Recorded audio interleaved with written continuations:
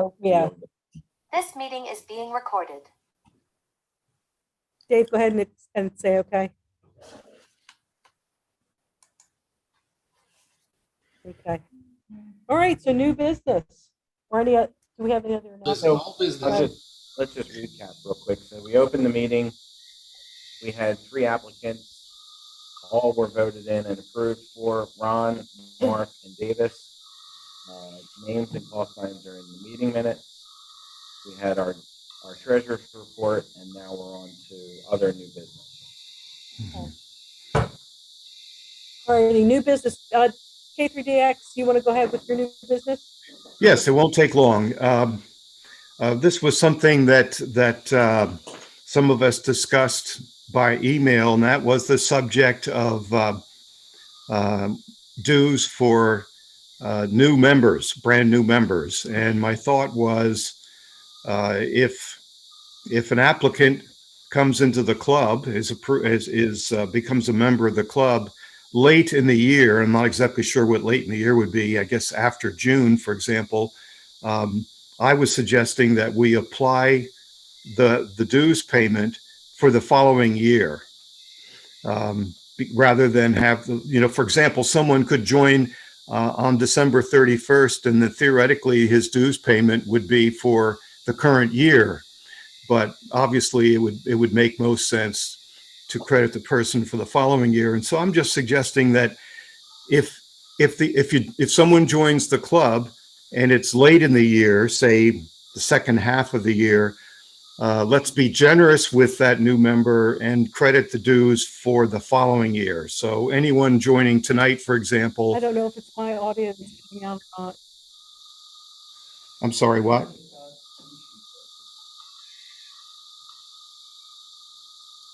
Yeah, it looks like it's Yeah, it's mine. Stand by, Dave. My audio is the one that's cutting out. Oh, okay. All right, hold on a second. We're going to try and mute me and see if that works.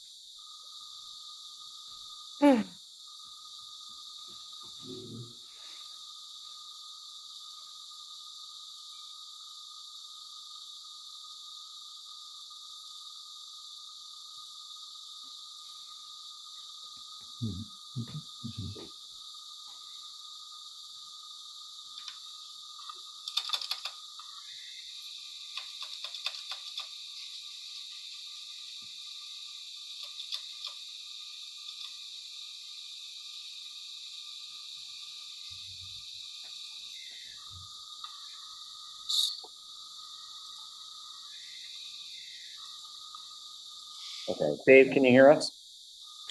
Oh, yes, loud and clear. Okay. So can you just repeat that last part? I think I got you, but just so everyone else can hear you. Oh, okay. All right.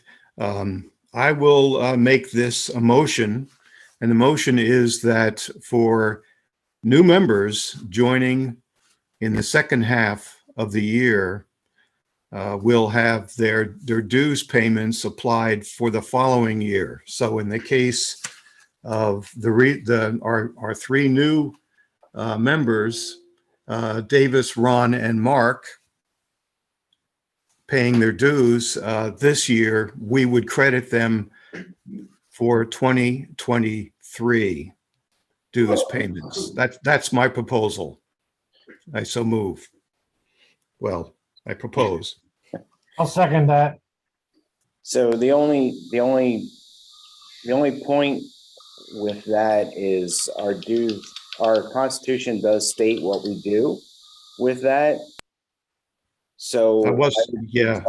We change your motion to just accepting these guys specifically for 2023, and then we look at the Constitution and look for an update, because that has to go out to all members. Okay, so the Constitution specifically says It says about being prorated if they don't join or when they join.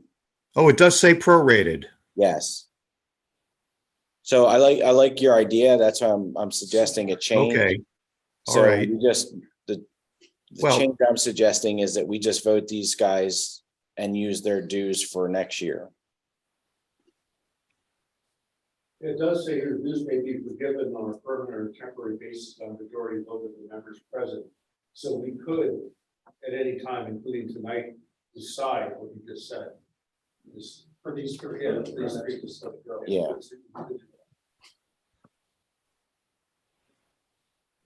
Okay, everybody clear on what we're voting on?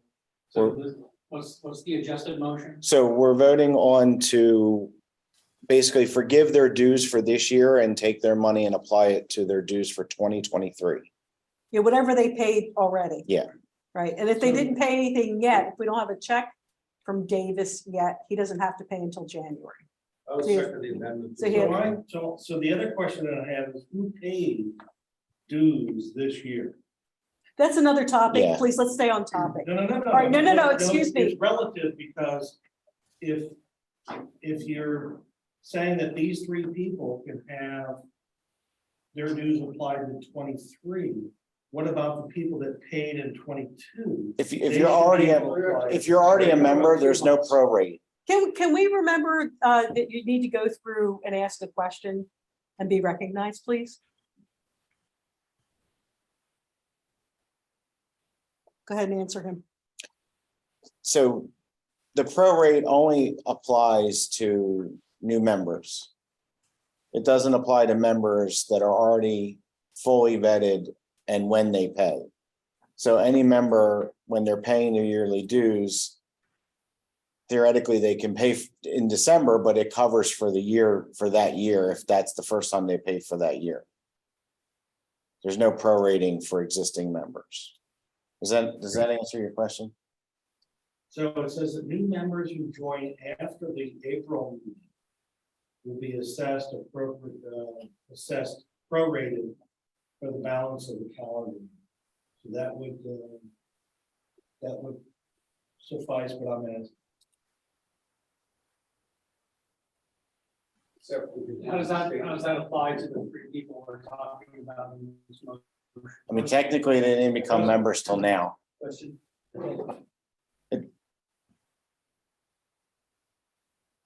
Question? Yeah. Okay, so how, what might the rate check for? We can't get into the website. 20, 30, 50? The dues are $20. Okay, that's all I need to know. Yeah. Yes. You guys can do that. So I'm still confused, Mike. Does it answer your question, what you That read? answers the question because it says the new members. Yes, new Exactly. members. Okay. So do you think it's fair for other members that pay their dues, that they pay for 2022 and also pay for 2023? Or I Okay, guess the real question is, are we gonna collect dues in 2023? Yes, We are? yes. We have no reason not to return to collecting dues as normal. Because it appears from what we hear on dues, unless there's an amendment to the Constitution, we really should be collecting dues, correct? We should, but through COVID, we've opted to hold on that. can I say something? Yeah. I was under the impression that in 2022, excuse me. I was under the impression that for 2022, we started collecting dues again. So anybody who hadn't paid their dues and is a member, you're behind. Okay. Okay. We, during 20 and 21, because of COVID and Yeah. we weren't really meeting in person, I we think I had remember suspended thinking that. that. Okay, so 2022, anybody who is a member who hasn't paid their dues, well, you owe. I think most people have though, and I think even people paid during the pandemic. And we just said, just put it into the kitty. All right, so what we do have in place, Dave, already in place that proration can be done. Now, here it is October. So we would have to figure out what the proration would be for the three members. Ron's already given us a full $20. Do we want to go ahead and let him just slide for the rest of the year and have him have that $20 go to 2023? Davis is willing to cut a check tonight. Mark, I know, would be too.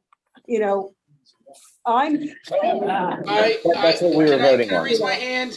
Yeah, hold on. Yeah, get Go out. ahead, Alan, you're recognized. Thank you. How about making this real easy? Instead of collecting dues right now, why don't we wait till January and we reset the calendar, reset the clock, and we start collecting officially on January, on the 1st of January for the new year?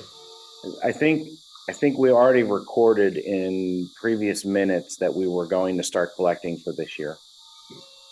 Yeah, 2022, we had already Yeah. decided we were gonna start again. So, But, moving forward, Alan, yeah, what, I'll mute myself.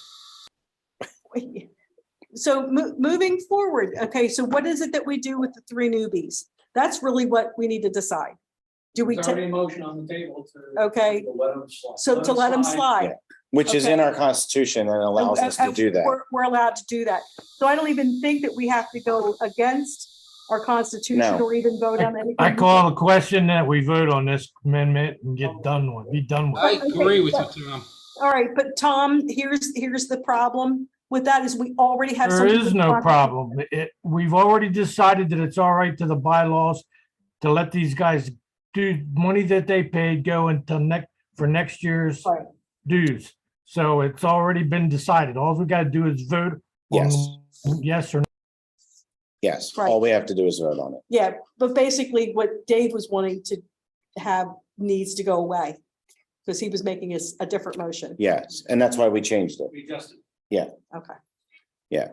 All right, so everyone that's in favor of sticking with the bylaws, the way that they're written, and give a waiver to the 3 new people who just joined tonight. All in favor, say aye. Aye. Any opposed? All right, stands. Stands as is. All right.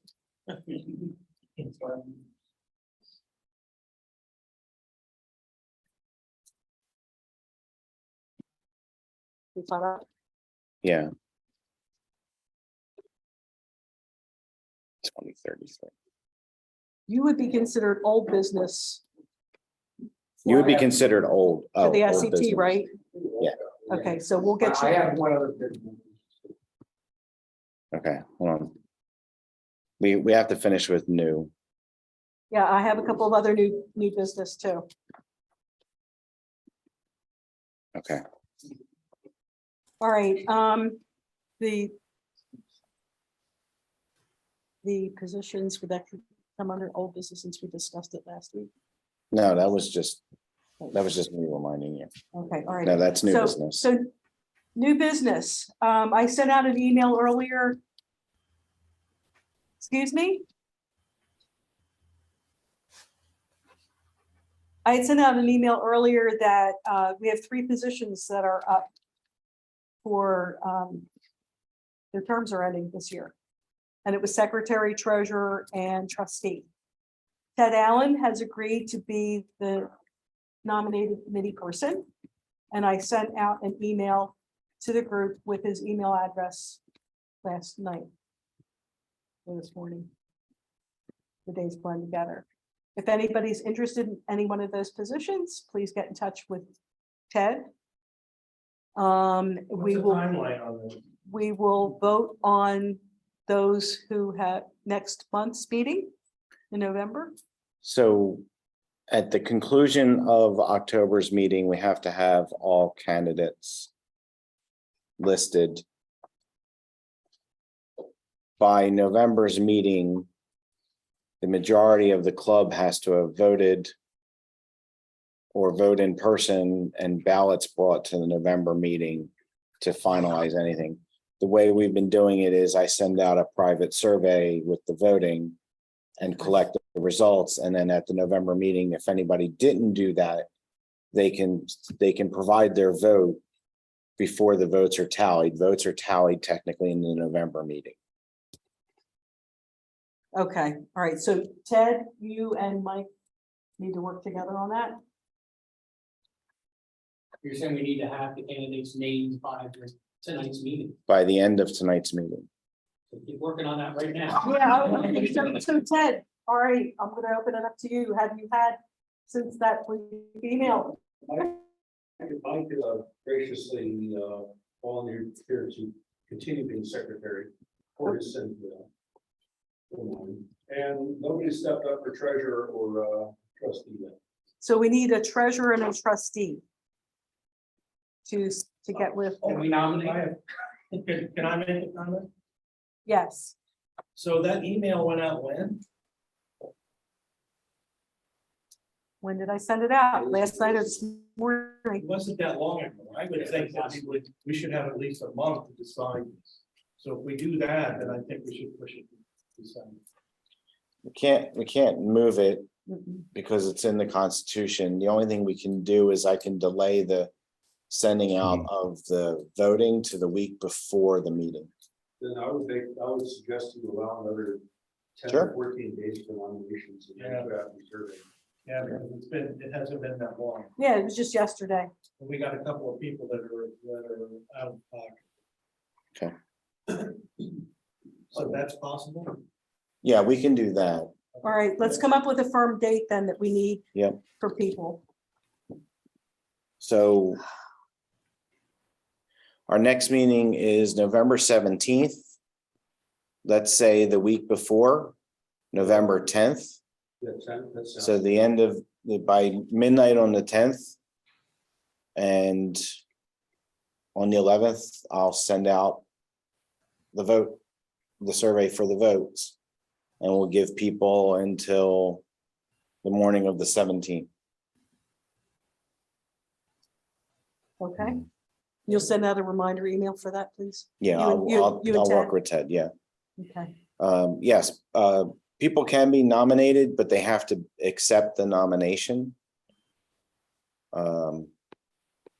Just to be clear on that. We can't coerce anybody. No, Well, your name's on this ballot, dude. You're gonna do it because we all Yeah. just voted for I'm you. pretty sure that's how Alan got stuck in, but no one argued that.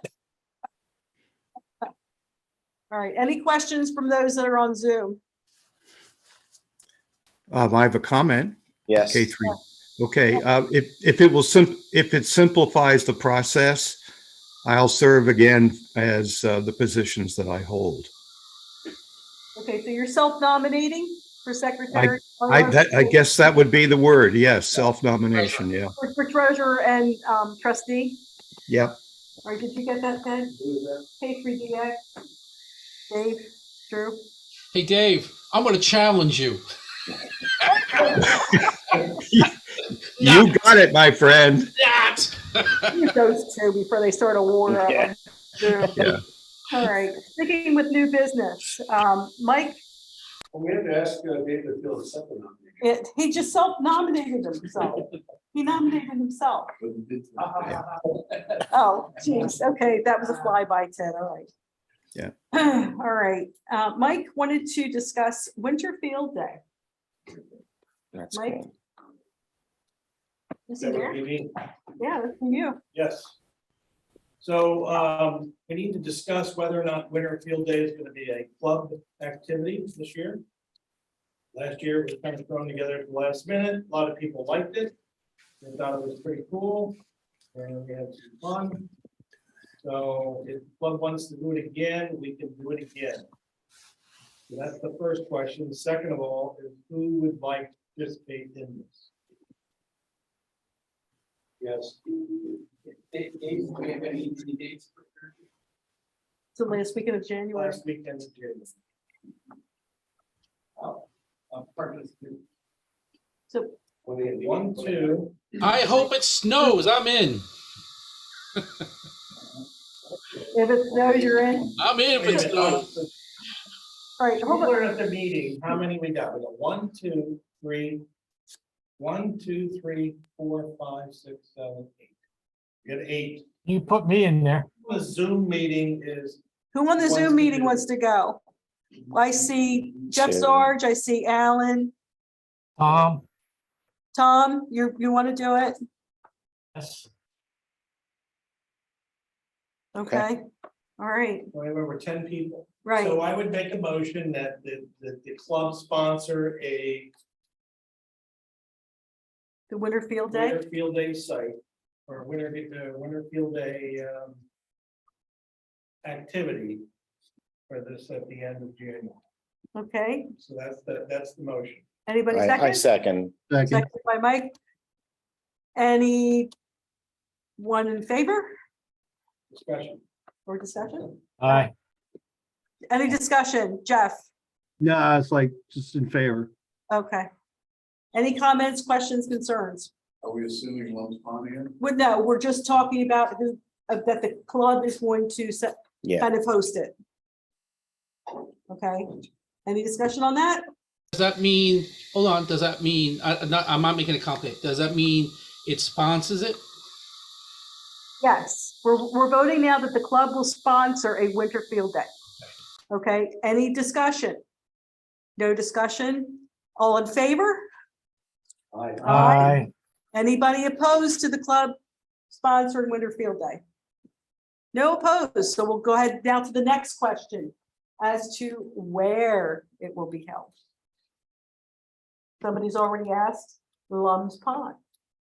Lum's Pond, is anybody else? I put an email out a while ago about other sites or anybody that would want to do that. So does anybody have any other sites besides Lum's Pond? Is there other alternatives like other parks? We did this last time. I don't know. Do you know what the selling feature of Lum's Pond was we had the yurt? Oh, that's true. I gotta say, if it snows, that yurt is a good thing. That, I'll tell you, that was a sweet spot to be in, and right now, as of the other day, it was still available for that whole weekend. Oh, we gotta do that then. That was good. And, you know, and that's the only problem. It's not that we're trying to make this a southern thing. It's what else do we have that's up north that would be as nice? with You the, know, because we can go anywhere. Mhm. And we're open to that, but it was just such a, we had some heat in there, you know, people were running on battery, so we weren't plugging into the electric, but there is electric there. And we were able to run all kinds of antennas. You used your buddy pole on the back of your truck. Ted had bare wires going out, you know, on his tripod things, you know. I mean, it's really a cool spot. So I'm not trying to push, for those of you who live up north, Wendy's not trying to push the south again, but it's just such a nice location. But does anybody else have any other suggestions? You know, White Clay Creek doesn't really have anything. Brandywine Park doesn't really have anything. You know, and it's wintertime, face it, guys, unless you're like into doing polar bear plunges and stuff. I don't know how comfortable you're gonna be. Yeah, I mean, you know, let me just throw my 2 cents into this too, if I could, just my opinion.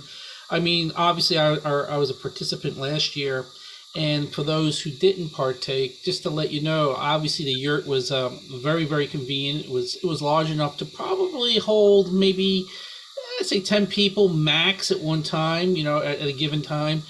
You have the bathroom facilities there, so there, you know, so it's pretty. The amenities are really, really nice there. So, Right. so it's something like, obviously we're not camping, but it's kind of, you know, you're outdoors and then you basically do, you know, we capitalize on what they have there. So, for those who are who didn't attend, definitely it's something. Definitely, field day winters is something we could be doing every year over.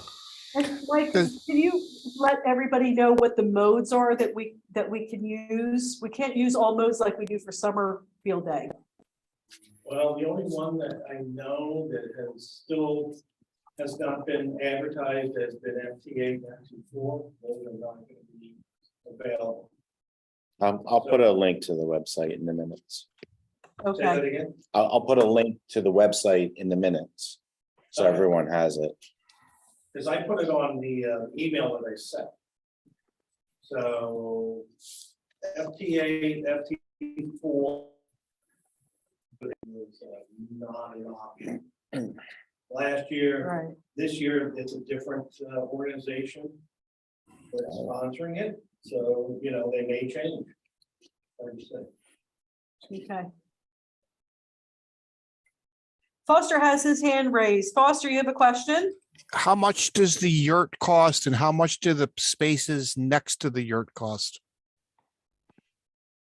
I have no idea. Okay, so number one, the spaces next to the yurt, you have to be in a camper. It's not a tent thing. So there's only one yurt there. And the club members will worry about the cost. Right. So my suggestion would be the parking was kind of at a premium there for one point in the day. Is it possible to get this 2 spaces next to the yurt and let No, people no, there is only 2 parking places. park there? That's it. Okay. Everybody, Yeah, keep in mind, I mean, remember, it snowed and they just plowed just enough for 1.5 lanes. So obviously it was a logistics problem for us to park. But if you remember, there's a lot of parking not that far away from those yurts that you can just park. You know, the snow was the impediment over. right. So walking from the parking place at Lum's Pond down to the. boat ramp is, that where the? No. Walking down from the current summer field that we have. From where your car went to the tent or to the area down there, how far was it? 400 yards. 400. Did you say from the That's about summer how far you would location? have to walk for this place here. Wait a minute, It's not that far through the snow. hold on. Jeff, what was your question? Did he just say from the summer location where we were at to the winter? No, one? no. There's a big parking lot. You remember. There's a Yeah, big- I know, but that's what I thought I heard. So I just wanted to clarify if he was asking what he was asking, because that's what I heard. Yeah, no, he wasn't saying the summer lot. No, It's probably like half a mile. And if people can't walk, I will gladly shuttle people from their cars to the yurt and then eventually park my car and walk back. I don't have a problem doing the walk. It's not too far. Yeah, and you know, in all fairness, Jeff, if people are going to be there for a while, maybe they can park their cars over there and be remote. People who are just coming in and out, they can kind of like, you know, it's share the wealth. Yeah.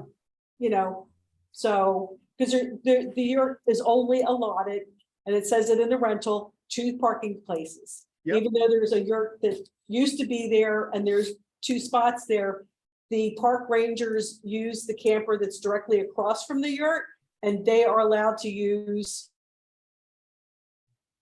the parking for themselves, which doesn't make any sense, but Yeah, It's their- if people have a problem with the parking, I don't mind shuttling people to the Yeah. parking spot to the yurt. That's what I'm and, saying.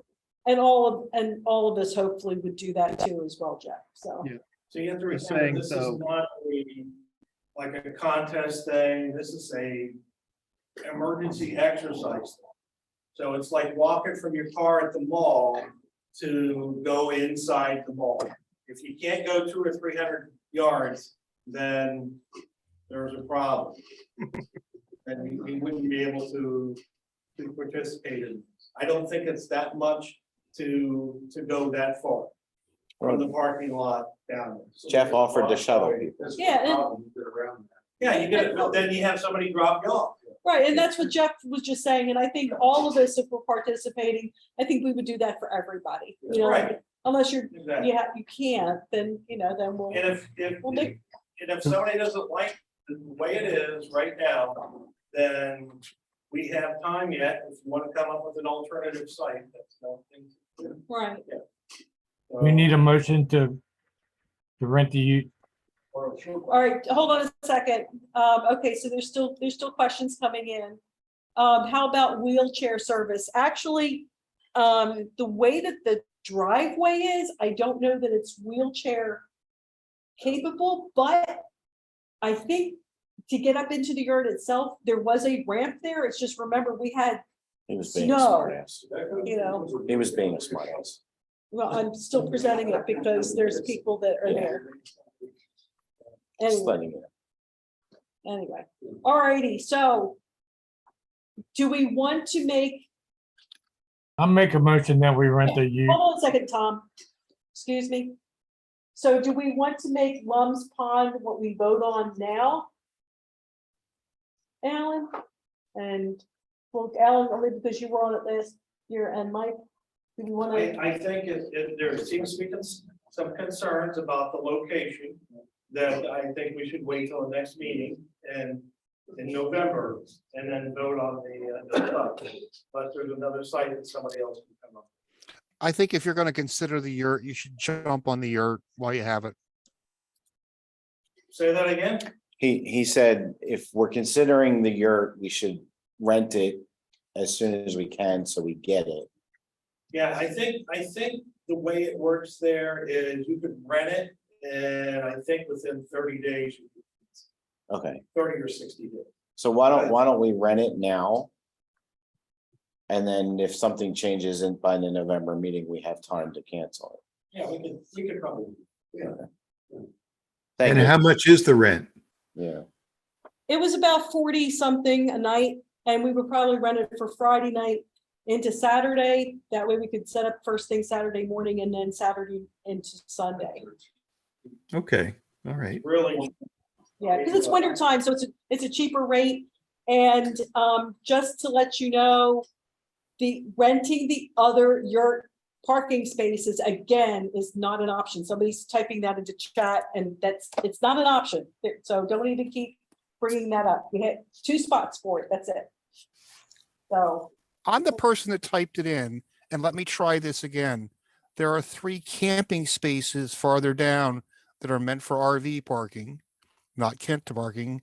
Can we rent them and not park our RV, but just park the car spaces? No, you're only allowed, $30-something each day, just to park in one car. right, yeah, you're only allowed 1 vehicle there, Foster. Okay. No. That's fine.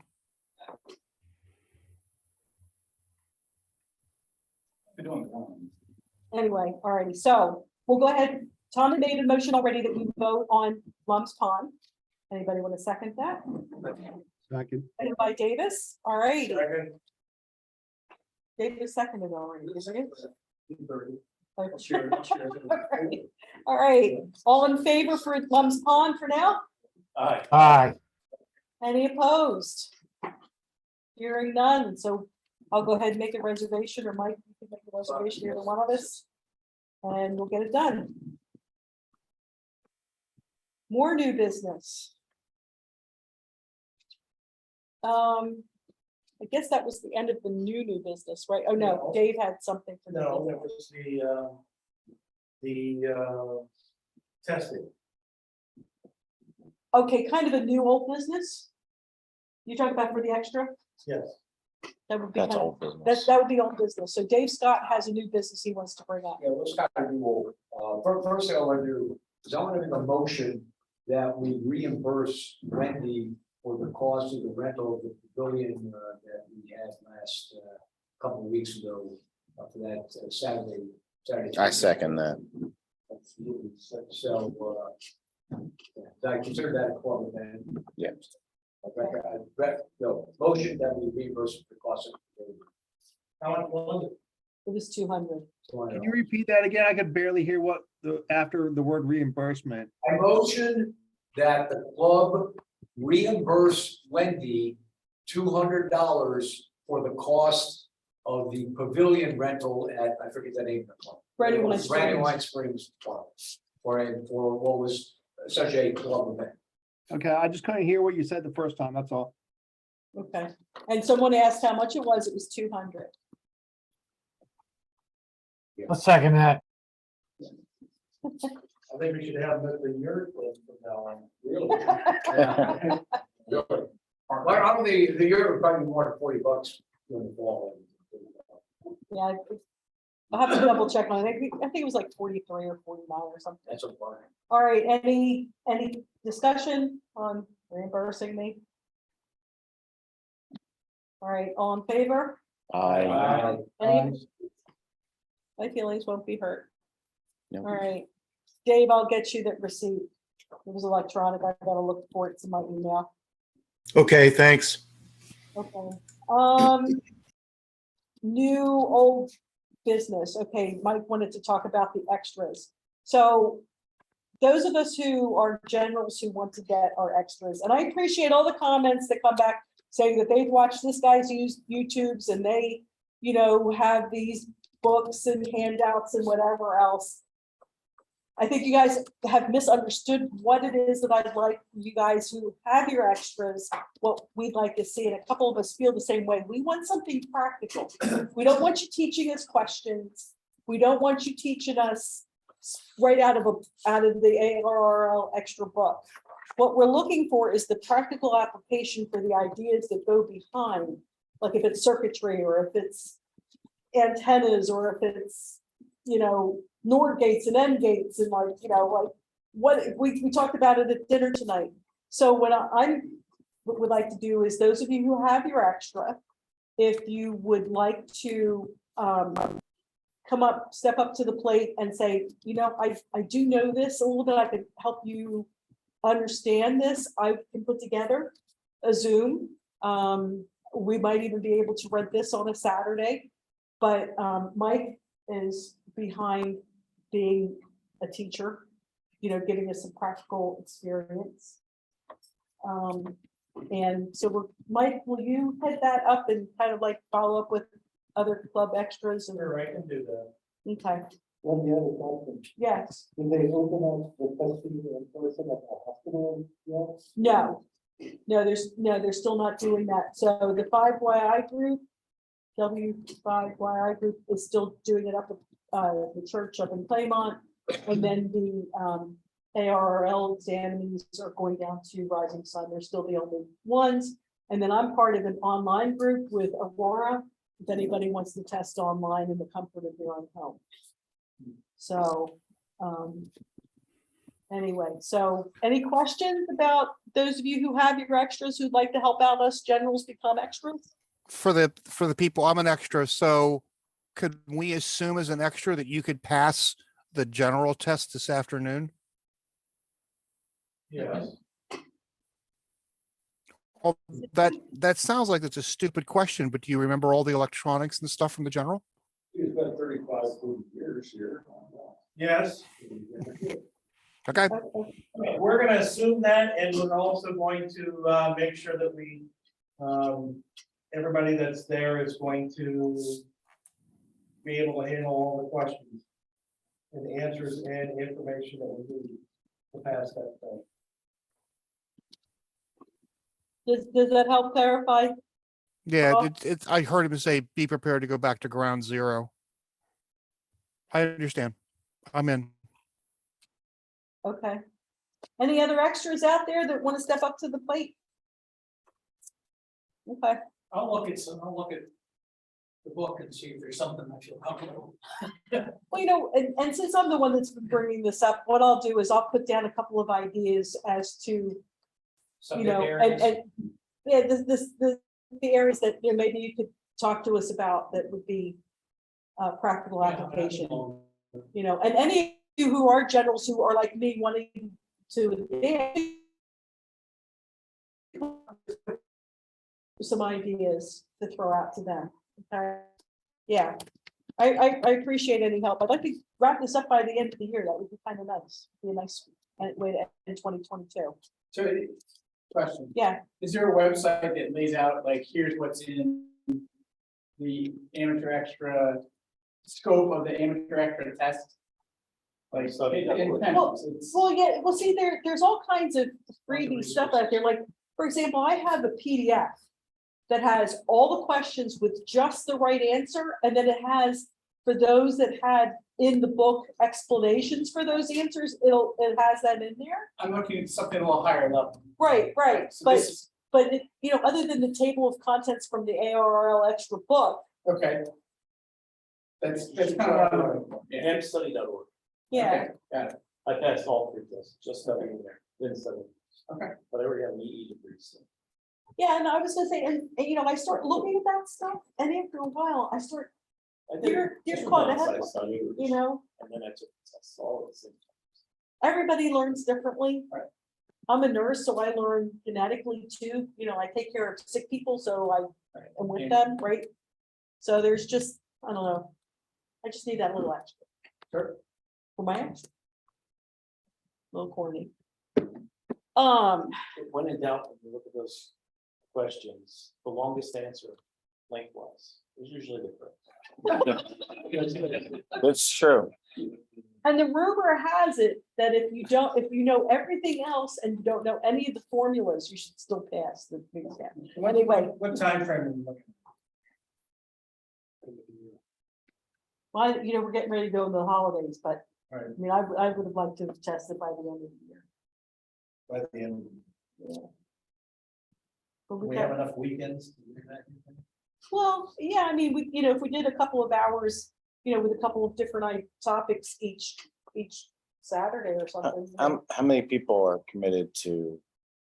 Well, we need some commitment from the students. We probably got about 6 or 7 that people have responded back to me Okay. that they were interested. So we do have an interest in this. And my thing is that I don't have too many instructors. So. You know, like Dave Scott, he has to figure out what it is he wants to teach and, you know. No, honestly, to Foster's point, okay. I took the extra, I think, 9 years ago. I do not have a STEM background. I have no interest in being an electrical engineer.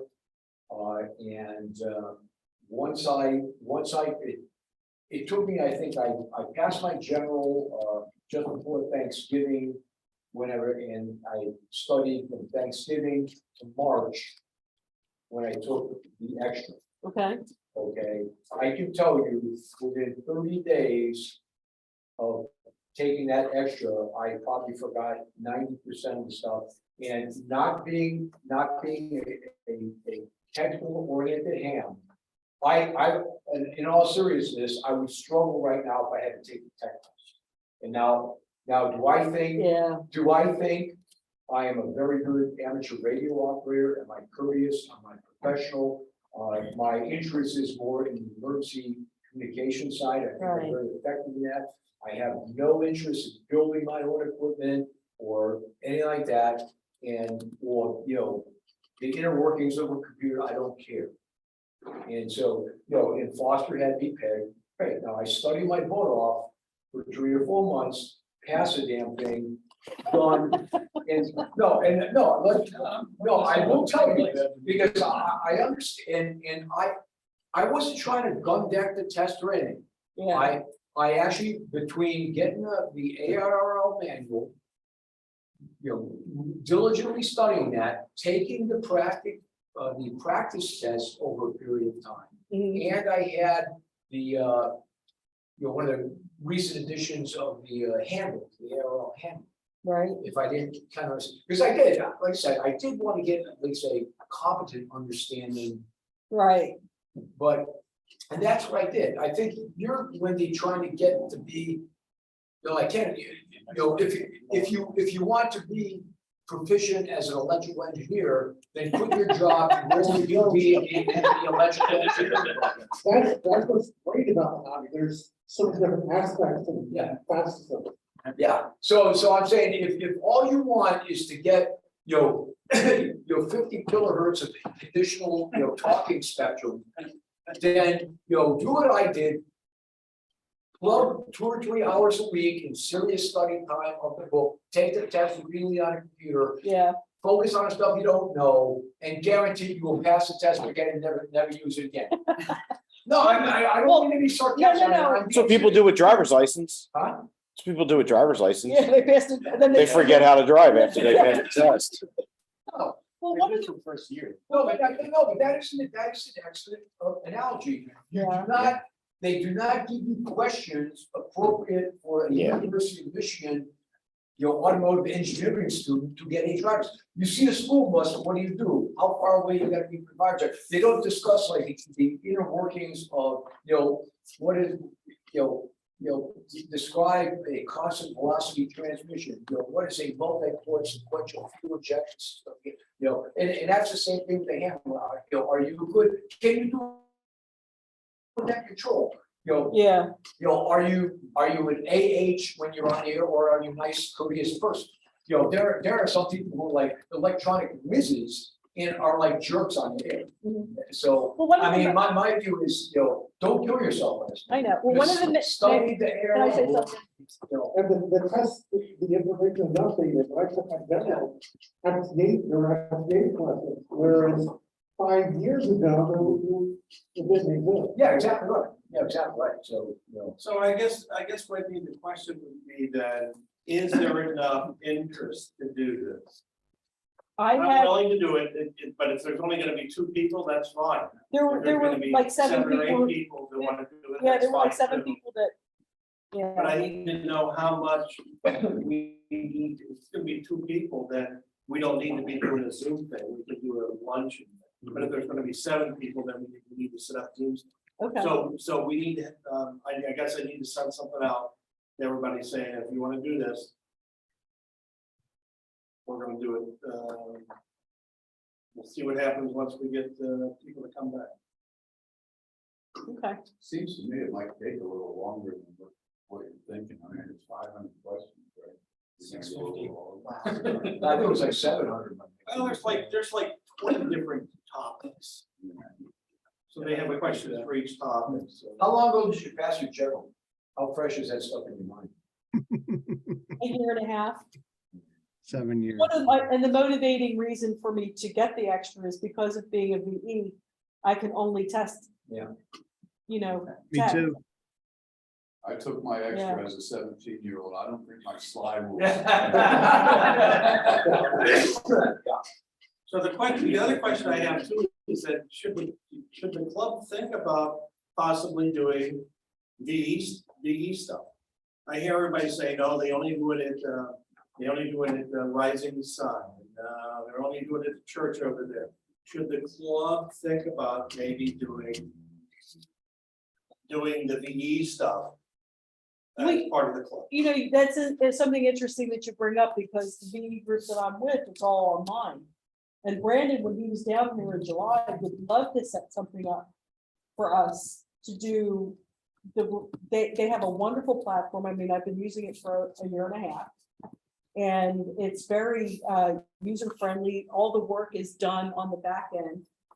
And if we did in person with their electronic format, they don't have to have 2 cameras on them because we have people in person, but they have a nice online platform.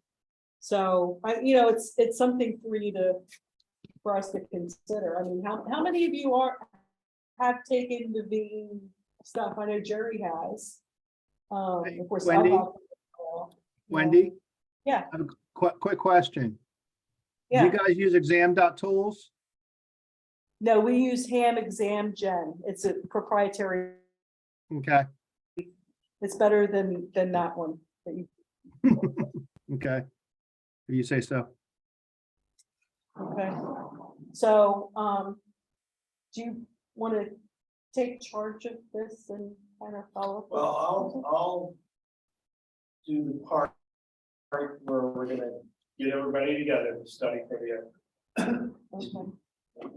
doing it as a club project. As a club project for being a VEC. That's a whole nother box. Right. I'm just bringing it up saying that you think that we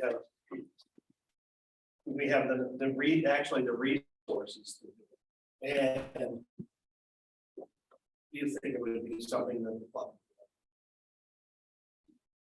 Because I for some reason, I don't understand why the hospital group can't just rent a place like this or get somebody to give them something free to do testing. It's not a big deal. You go and you get your professional engineering license or a GRE or something like that, you got to show up in person. There's no COVID restrictions there. You put a mask on and you take the test. It's not a big deal. I don't understand why they're not doing it. Right. Okay. Right. Any more discussion that we want to do on this tonight? Any questions from those that are on Zoom? All right, so we will revisit this some more. All right. Other old business, Dave Scott. No, we can't set, Hmm? we got. Okay. Okay, as everyone, I think realized, last week was our annual set week. I think I told everybody back, last couple of meetings, I'm no longer state emergency coordinator. When we had a change of section managers, as protocol dictates, I use that opportunity to say, hey, as the section manager picks who they want as the section coordinator. So as a co-former thing, I put in my resignation. I was getting kind of burned out with it anyway, so it had nothing to do with the outcome of the election. I like Joe Greer, I like John Ferguson, get along with both of those guys, but it was just protocol dictated. I wanted to bail out. At this time, there is in the state of Delaware no designated state EC. Ferguson is sort of handling that as part of his pantheon responsibilities as section manager. What happened, we had back in August, we had a statewide leadership meeting. At the time, it looked like we were going to have kind of a conventional statewide interactive set, and then when I pointed out the complexity and how to do it right, and there were a number of personnel changes throughout the state, they said, well, what we're gonna do this year is just every county do their own thing. It's not gonna be a statewide thing. So I kept a little bit of the format in the last couple of years where every day during the week, we had little, specifically, we had Simplex Hop Day, and the past couple of years. I thank you, Mark Stillman, JJ. He stepped up and organized that one. I think we had about 8 or 10 people between the afternoon and the evening session. We piggybacked off of Wendy's Tuesday night WinLink training sessions. We had an excellent WinLink session where we got everybody up to speed on using W3DRA10 as a digital for peer-to-peer. That worked out great. And I think we had about half a dozen people hook up for that one. For all you FDA guys who bragged about getting Congo on 250 more watts from the coat hangers and attic, I can talk you one better. We got Lenny and I got Mars. Yep. Thank you, where's Dave? We don't see him, K3DX. It was also Mars Week, so we piggybacked on that. There was some WinLink traffic. So he's paying attention. Could be a plan. But we did make contact with Martians and got that message passed around, and the powers that be in the Mars program. I think we're happy campers with here in Delaware. Again, thank you, Dave Drew, for hooking us up with that. And that led to the culmination on the Saturday, where over the past couple of years, because of the pandemic, where it was pretty much a play from home thing, we had the unique opportunity this year that the Newcastle County Office of Emergency Management just so happened to be on our set Saturday. It was running a what we call their advanced cert class, which actually builds upon I think they run about 4 or 5 basic cert classes, which is sort of a death by PowerPoint in the classroom, which is passing very important stuff with a little bit of outside. They do a crewing practice, and they do a little bit of using fire extinguishers outside. But it's mostly death by PowerPoint classroom. So back when I was with the county, and one of my collaterals was CERT program manager, I came up with the idea, hey, why don't we have an end of the year kind of capstone thing where we actually do have a real field exercise where people can put into practical application skills they learn in the classroom. So it's typically involved, it's held at the Newcastle County Fire Training Center over by the back at Newcastle County Airport there, back the county administrative building down there in that road, and all these floods when we get before the initial rain. And essentially the scenario involves students go what we call the haunted house. They have the burn building where they train the firefighters to go over, and something's all smoking, go up and down ladders and things like that. And so the Newcastle County OEM crew goes and puts a variety of hazards in this house. They send the students in and have to and it also trains them in the incident command system. And so they go in there and do like kind of a search and rescue for victims trapped in this collapsed building. I say, hey, this would be great why don't we get some ham radio people out there? And they can be the communication unit, so there's Wendy and Ted and Sam and one of the gal Jennifer with the team actually out in the field and get an opportunity to deploy your equipment in the field, act as a communication grid. And then had Ken Davis with me in the Emergency Operations Center, acting as an EOC. We did want to have John DiGiovanni, the head of CARES, activate the Christian Hospital. Their EOC, unfortunately, John came down with COVID, so we had to bail on that. But we also had 2 additional stations, Joe Gribb and Tom Perry played at home stations simulating emergency shelters. So the kind of scenario was as the search students who went through their exercise, Wendy and her team were relaying information back to us at the EOC, and both by voice and by WinLink, and we were passing information back and forth to shelters and kind of said, hey, we need an ambulance. Okay, we'll get you an ambulance. We've answered back. So my philosophy on designing these exercises is, well, we need scenario. What's a scenario? What's a scenario? I don't give a shit about the scenario. What I look at is what skills and capabilities do we want to practice and emphasize? And then you build the exercise around that. Hold that thought in a second, because when we do the winter field day, I would like to add a kind of an emergency exercise component to it. Okay. Right. So there were about 8 major what under the Homeland Security Exercise and Evaluation Program concept, they call these capability targets. So it's amateur radio people, what capabilities do we kind of practice and demonstrate some proficiency on? So capability, the prime target on this one was demonstrate capability to operate voice, UHF and VHF equipment. And generally we did pretty good. We got that, but not without a few glitches along the way, including thank God we had the WinLink training session earlier in the week.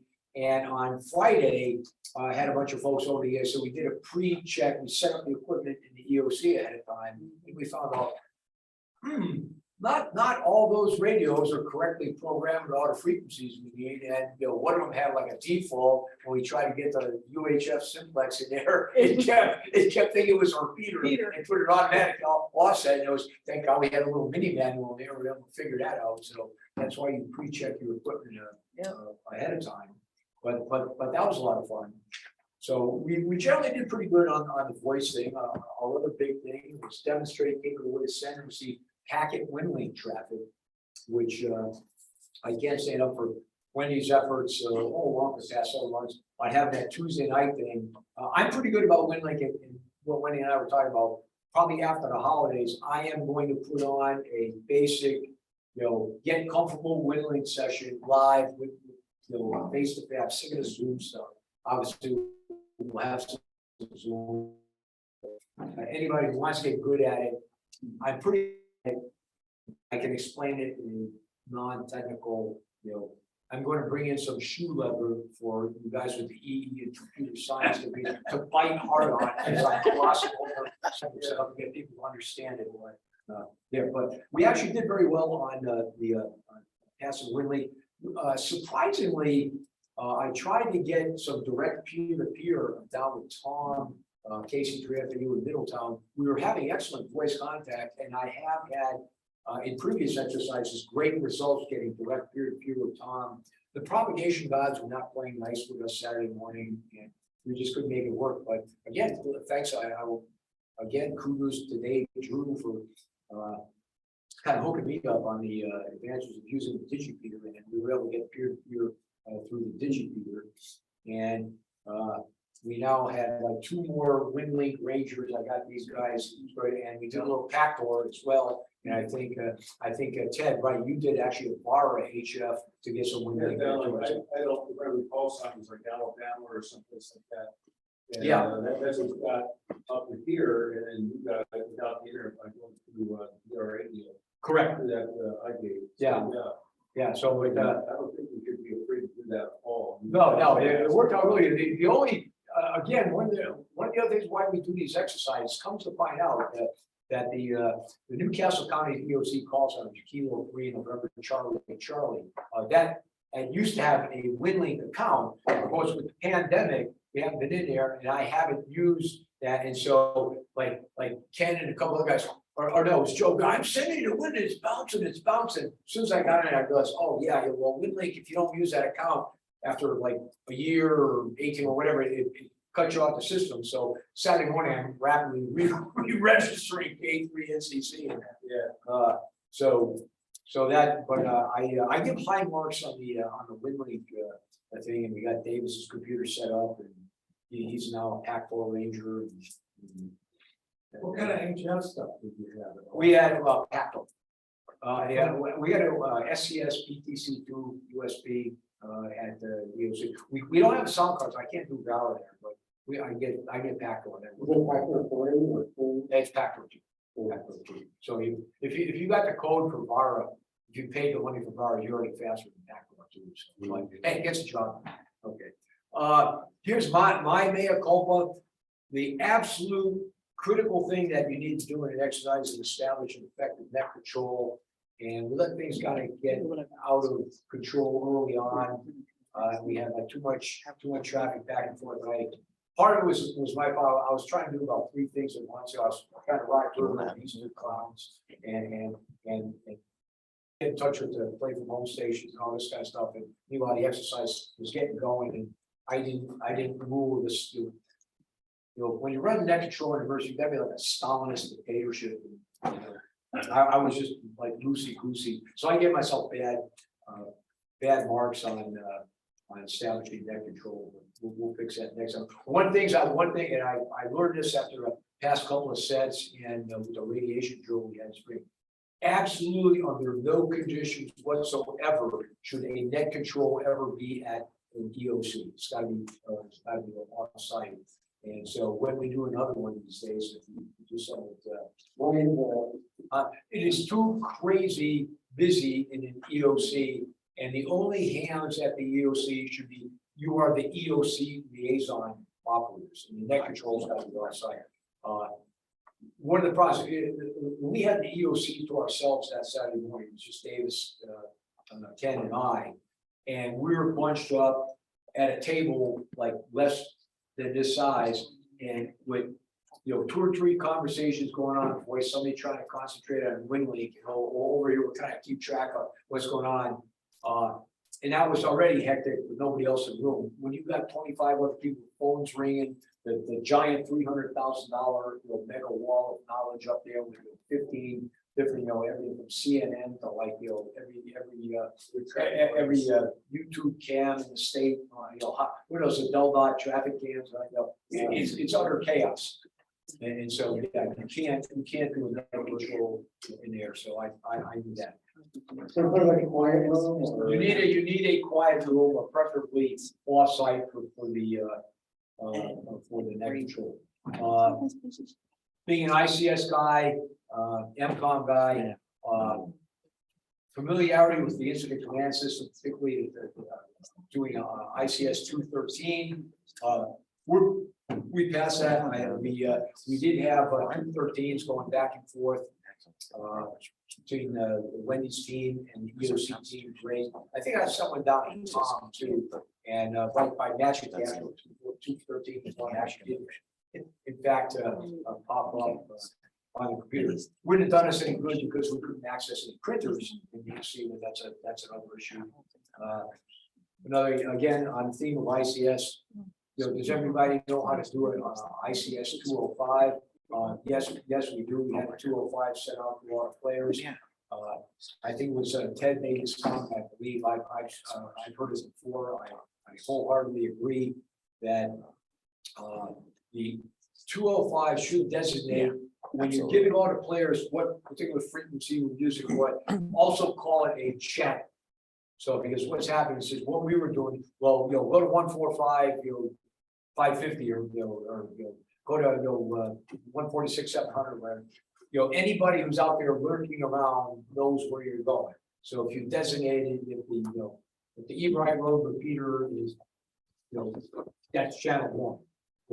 simplex voice frequency, whatever music, that's channel 2, channel 3, whatever. So we designate that as an alphanumeric channel. In the future, that's a great idea, and we're going to do that the next time because it just it'll greatly simplify things. We did actually do a great job with tactical call signs. So that was a really big. The 309, that's your basic communication one. We actually did not know if you guys. I don't know if you guys kept a 309. We did not. Yeah, That was I recorded my comments. That was my Yeah, so, Yeah, no chance to take first in notepad. Yeah, actually, Jen was assigned to be the IC shadow Yeah, because she's the IC trailer, and then she would talk to Sam, and so we really should have been keeping a lot of her communication to us and then Yeah. us to you, yeah. and we did not do that. I can tell you, one of the most important things in emergency communications has nothing to do with sitting by the radio and touching the microphone. You need people who are good, organized, squared away people that take good notes and keep good records. Because what our job is to, somebody made the analogy to like, we're like UPS or FedEx or the post office. We don't write the mail, we don't care what it is. We make sure that who's ever sent in the mail, it gets to where they want it sent. Okay, and one of the biggest things that's going to mess up any emergency response is when critical information falls through the cracks.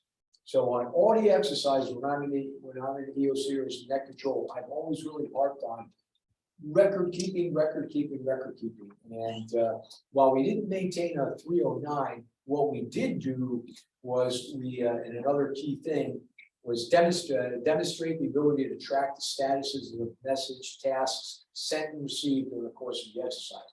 And on the whiteboard, and Dave said, and I think we all took turns on it, we're writing down, okay, WinLink message came in from Wendy at Incident Command, they need, whatever, or Shelter One, Tom, and what I was doing, I was like texting the shelter guys, hey, send us a WinLink asking us to do this. You said that anyone said?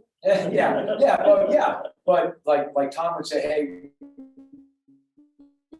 we need blankets and water for 25 people in first aid kit or something.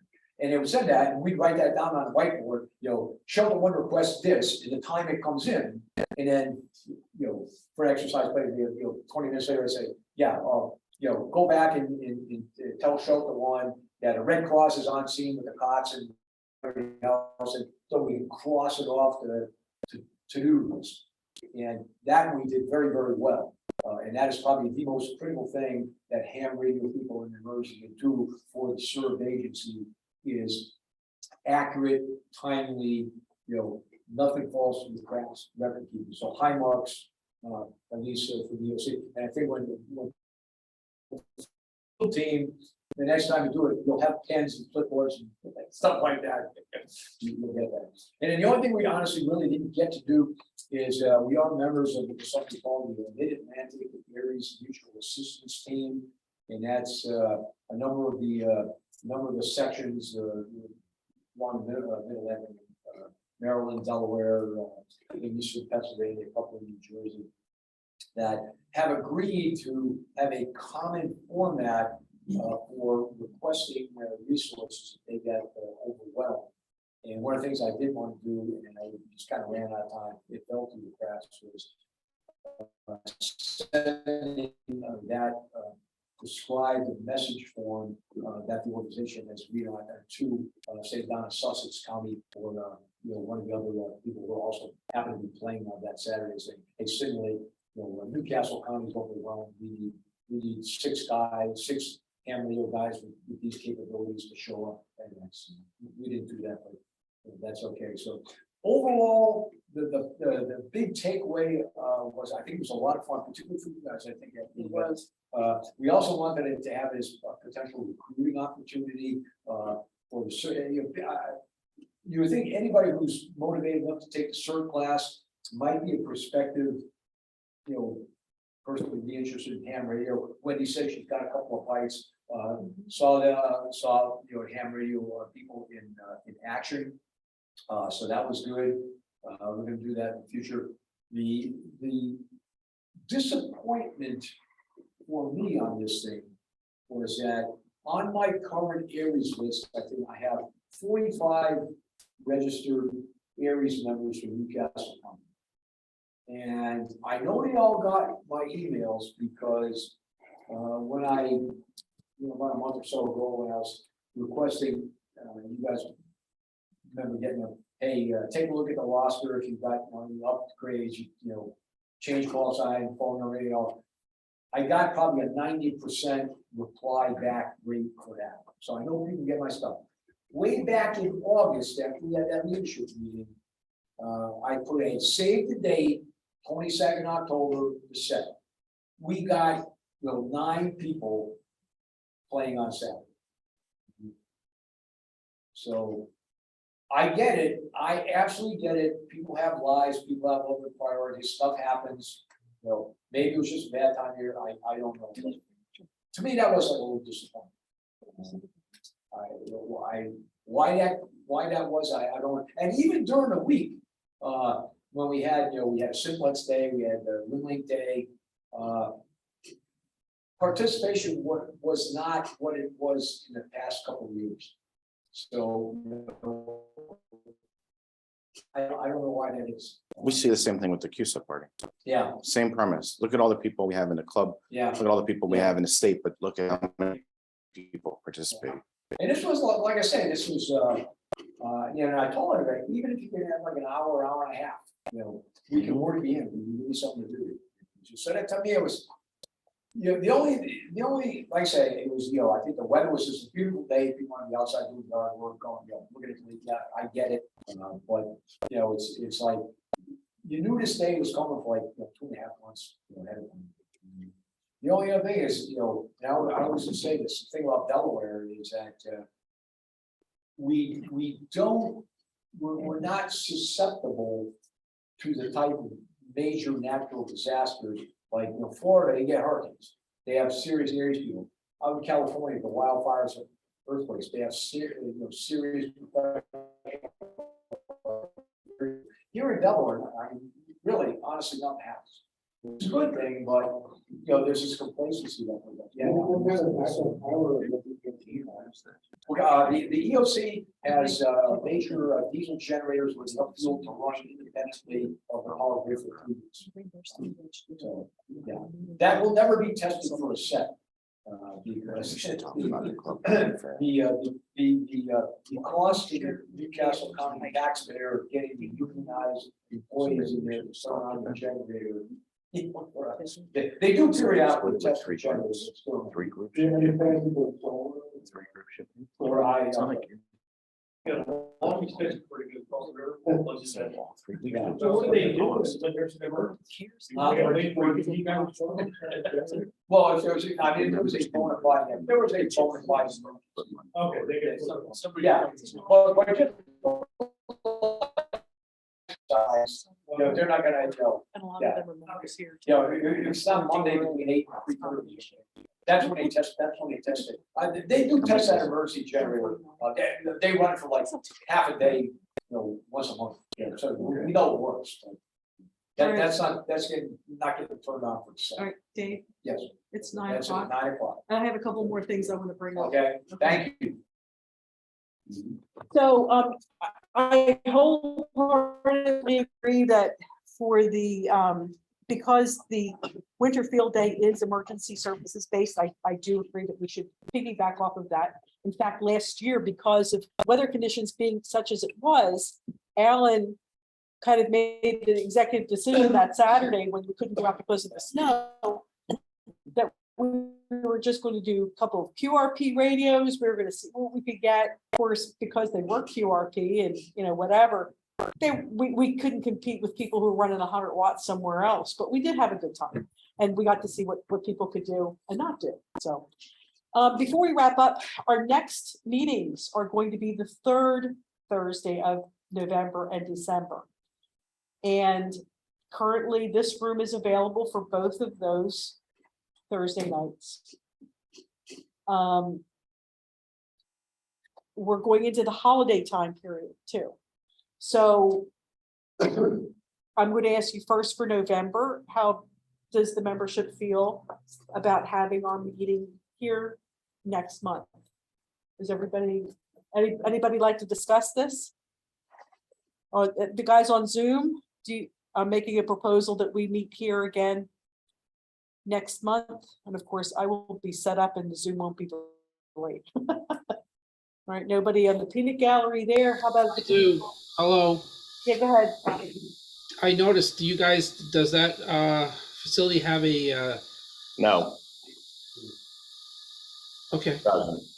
I had some ideas. You took the word, I didn't even finish the sentence. I got it. Okay. You're talking about a TV, right? Gotcha. Yeah. Okay, so Alan, so what you didn't know, what was holding everything up was we were trying to get the 32-inch screen on and what they gave me was not working. So Davis though had brought his projector and we actually see you guys up on the wall. So But they don't see us. but you guys can't really see us unless we had done, you know, we needed the camera. So can I suggest maybe that the club purchase an actual webcam that we can take for these kinds of events? We can set them up. Okay. Or I mean, I have one I can lend. That's not a problem either. Alan, I'll reach out to you. Okay. Because they're not a lot of money. You know, those cams are not a lot of money. So. Yeah, I know. Yeah. Okay. We could do that. Okay, so, all right, so let's take a vote. How is everybody, okay, who's in favor of meeting here at Mill Creek next month? It would be November 17th. All in favor? Aye. Any opposed? Okay, any opposed? No opposition, so we will meet here next month. I'll make sure that I have Zoom on at 7 p.m. I am so sorry. We will be on. Now, let's talk about December. Do we want to do a holiday party? We do have a presentation for December on the Nano VNA. We can always do that during that, wherever we go. But do we want to have a meeting? Do we want to meet at a diner, restaurant and have a party / meeting? What? Chuck Locker has a room. I don't know that they do. I think I saw one. I saw it there. Yeah, I think you're thinking of, the way that's set up. No, I didn't see any other room. So I'll tell you what, think about what we want to do for December. Again, this room is available for December, but I need to make a decision like pretty quick. I can actually tell Annie to reserve it and I can always cancel it later. But Was is this what cost MSA? Was it, you're a member? I'm a member of the fire So it's company, so gratis? yeah, so it's gratis. And again, you know, that little 32-inch set didn't work. And we tried 2 different computers and we couldn't get the TV to work. So I'll have to let Annie know that there's something wrong with it. You know, see what we can come up with for a better thing. Cause I only had a 24-inch screen that I could have brought. So when she said she had a 32, I said, well, that's better than what I have, but unfortunately that didn't work. So, any questions? Yeah. Oh, it's working okay. I'm not getting connected to some Wi-Fi networks. Like it doesn't recognize what's here. It doesn't. So I have to Doesn't use do my phone. 5G. It does. It won't let me connect to the 5G at home either. It'll only let me go. Does it see it? It doesn't Then even see it. It doesn't have a 5G part. Yeah, and it doesn't pick up the Wi-Fi here. It doesn't even there's like 2 Mill Creek ones, and it doesn't recognize either one of them as even being here. So not really sure why that is. That's kind of yeah. My little $59 What do you want? I want it to work for crying out. But you know what? It got on WinLink. It got on WinLink. So anyway. And I just got notification that we have a webcam, a basic webcam being donated to us if we'd like it. So On the positive side, you know, Xi Jinping knows everything you're doing. So I had the Chinese phone call right now. It It was- I'd be worried if I were. Well, it was funny because I was on the phone with Ken. He was trying to find out where exactly I was, where we were here, and somebody from New York was calling me, and I was thinking of somebody from the hospital. So I couldn't, I was wanting to hang up on him to answer, because usually when they call me like that, and I'm like, so, but when I did, so it went to voicemail, yeah, I'm sorry, I'm not, but that's exactly what it sounded like. I'm like, I don't speak Chinese, but that's, I'm sorry. Anyway, alrighty, Tom Perry, I'm surprised. I'm going to roll it back over to you. I make a motion, we adjourn. You want the second? Alrighty, meeting is adjourned. Thanks, everyone. That's what we have Tom in his club. Yeah, 32 out of 50.